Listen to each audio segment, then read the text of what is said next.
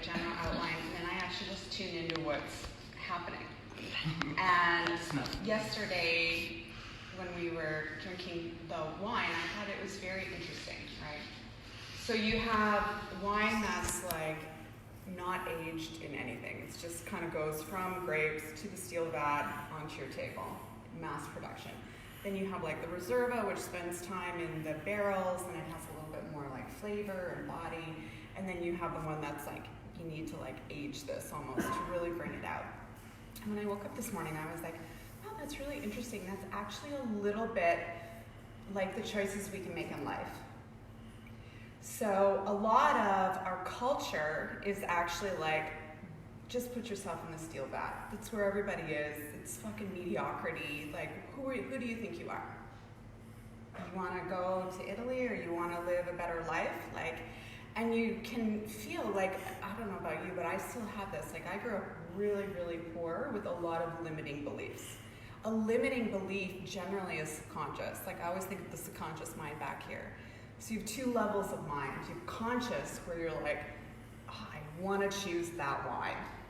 And then you have subconscious mind that comes in and is like, well, who do you think you are, Shasta? Why do you get the good wine? That's kind of expensive. What are you doing? And it's this limiting belief, right? And we get kind of sucked into this mediocrity in our culture. And our culture is really something to actually pay attention to. Because those of us that are like, I want something more in my life, yes? Like, even if it's just like, I want to express myself more, I want to have better relationships with people, I don't want to worry about money all the time, I don't want to worry about what people think about me all the time, I'm tired of like a beige kind of existence.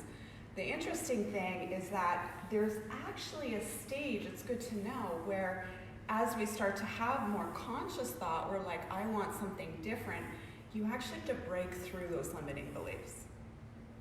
And it's kind of interesting because people will say things, and this isn't meant to be like criticism, but people say like, oh, I want a better life. And I actually had to say to them, like, well, are you willing to put yourself in the oak barrels? Because there's so much like, you know, it is a good thing, but there's so much sort of like new agey spiritualism that we think, you know, if as long as I just say the right things, then I will have that kind of life. And it's actually not fair. It's not fair as teachers, it's not fair as you know, even like people going through this to say, oh, it's just about this. It's actually like, instead of being in the steel vat with however many thousands and thousands of other liters of wine, you actually have to decide, I'm gonna put myself in the oak barrel. And I don't know what the oak barrel is for you. I know what it is for me, right? It's like this willingness in some ways to, for me, remove myself from family story of not enoughness, family story of suffering, family story of like, who do you think you are? And also entitlement. Like, there's a lot of entitlement in my family. And so there's sort of a removal of that. And the good things is like, okay, well, I'm gonna choose actually to be with a partner who gets me. I'm gonna actually choose to, you know, live a life that is meaningful for me. I like to travel. I like to drink good wine. I like to be with like-minded people. And a lot of times people say, oh, well, that must be nice or whatever it is. And I say, it is nice, but that's actually the point. And every single one of us has kind of like the oak barrel, you know. And the oak barrel is both like the challenging stuff, but sometimes the challenging stuff is also the good stuff. Like, is that okay? Is that okay that I'm choosing this? Is this okay to do this? But this is really, you know, you think about it, so simple. It's such a like easy metaphor to say like, what do I want in my life? And it's also okay, there's like there's literally hundreds and thousands of like, just went from the steel vat into the bottled wine bottles. And they're happy, that's cool. But there's also thousands who are in that state who are not fucking happy. And are like, there's gotta be more. And how do I do that? What does that look like? Or is that even okay, if that's even a thought?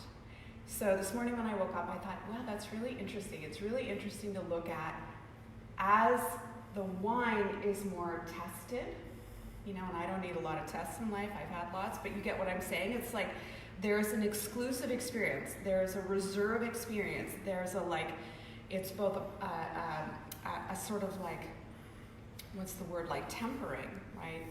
And it's a removing, and it's an experience. And this takes courage.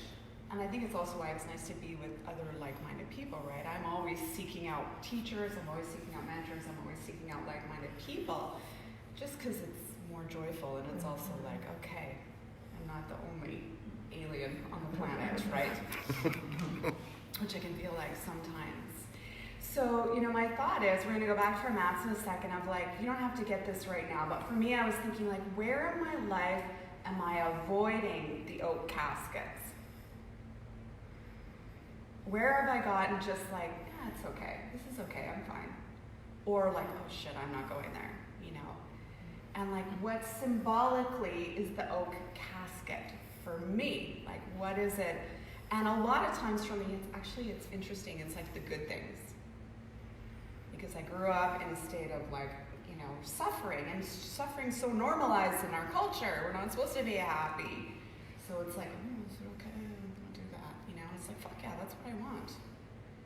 And not out of like an ego thing, but to say, those are experiences that actually stretch me. Those are the things that I can choose that actually will flavor my life in ways that I want to be flavored.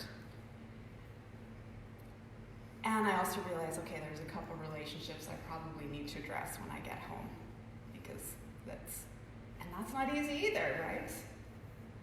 So, you know, it's an invitation this morning of like, what do you want your life to be flavored with? But it's not just that, you know, it's really then what are the decisions and actions and choices you're gonna make in order for that flavor to seep in, because it's not just fucking magical thinking. We're running around thinking like, oh, someday God's gonna give me this shit. It doesn't work that way. It's literally like, I have to put myself in the place of that. I gotta get myself out of the like massive, ugly steel tank into this barrel. So what do I want to do around that? What are the positive things that I want to put in my path, but what also are the things that I'm just like, okay, I'm kind of like, I'm good. You know, because we get to choose. So that robust life, that flavor, it's already you, right? And that's the interesting thing about wine too. It's such a good metaphor. Is you get that the thing too about that whole process is they're not adding anything to the wine. They're bringing out flavors. Isn't that interesting? They're bringing out flavors. It's already in all of us. It's like, what is the flavor that I want to bring out in life? Because it's already there, actually, but it's really about like, how do I put myself in the right environment, for lack of a better word, in order for that to come through. You know, for me, one of the flavors is like, I grew up really responsible. Like, get your shit together, I'm the responsible one. And I'm like, I don't want to always be in that flavor. So what's the flavor? You know, so it's such a perfect metaphor. I had to just use it. And these are things that you can just sit with if you choose. It's like it's already there. Everything that we need is already there. We know this in yoga and spiritual teachings, like it's already here, but then it's putting myself in the right place, and it's also making the right decisions. And don't worry, like anyone made a bad decision, I made lots of them. You just make another decision. But it's to really ask, what oak barrel do I want to put myself in? Both positively and also, what do I need to just clear out of my life? So that's our theme this morning. Just be with that and see. And then we're going to move a little bit more today and flow a little bit more today. And even as you're moving and flowing, just sort of notice what arises. Like, how do you want that experience to be for you? You know, because we can choose that as well. Cool? Okay. We will return to our mats. All time.